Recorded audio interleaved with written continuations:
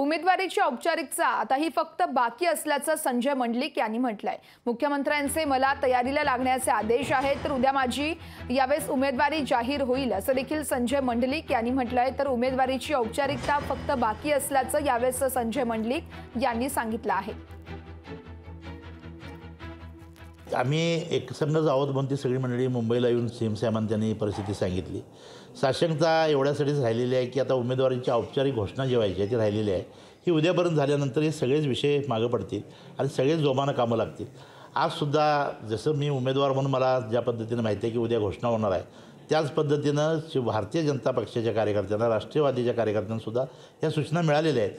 फक्त एकत्रितपणानं कधी बसायचा हा विषय जो आहे तो उद्या घोषणेनंतरच होतील असं मला वाटतं। ती घोषणा उद्या होईल आणि मग सगळ्याच कामाला सुरुवात होईल। लोकशाही मराठी ऐका, पहा, जागरूक रहा।